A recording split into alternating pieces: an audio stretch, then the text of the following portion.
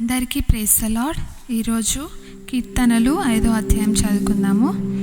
యెహోవా నా మాటలు చెవినబెట్టుము, నా ధ్యానము మీద లక్ష్యముంచుము. నా రాజా, నా దేవా, నా అర్థధ్వనిని ఆలకించుము. నిన్నే ప్రార్థించుచున్నాను. యెహోవా, ఉదయమున నా కంఠస్వరము నీకు వినబడును. ఉదయమున నా ప్రార్థన నీ సన్నిధిని సిద్ధము చేసి కాచియుండుము. నీవు దుష్టత్వమును చూచి ఆనందించు దేవుడవు కావు. చెడుతనమునకు నీ యొద్ద చోటు లేదు.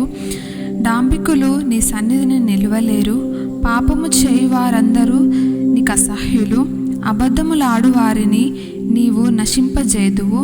కపటము చూపి నరహత్య జరిగించువారు యెహోవాకు అసహ్యులు. నేనైతే నీ కృపాతిశయమును బట్టి నీ మందిరములో ప్రవేశించెదను. నీ ఎడల భయభక్తులు కలిగి నీ పరిశుద్ధ ఆలయము దిక్కు చూచి నమస్కరించెదను. యెహోవా, నా కొరకు పొంచియున్న వారిని బట్టి నీ నిత్యానుసారముగా నన్ను నడిపింపుము. నీ మార్గమును నాకు స్పష్టముగా కనపరచుము. వారి నోట యథార్థత లేదు. వారి అంతరంగము నాశనకరమైన గుంట.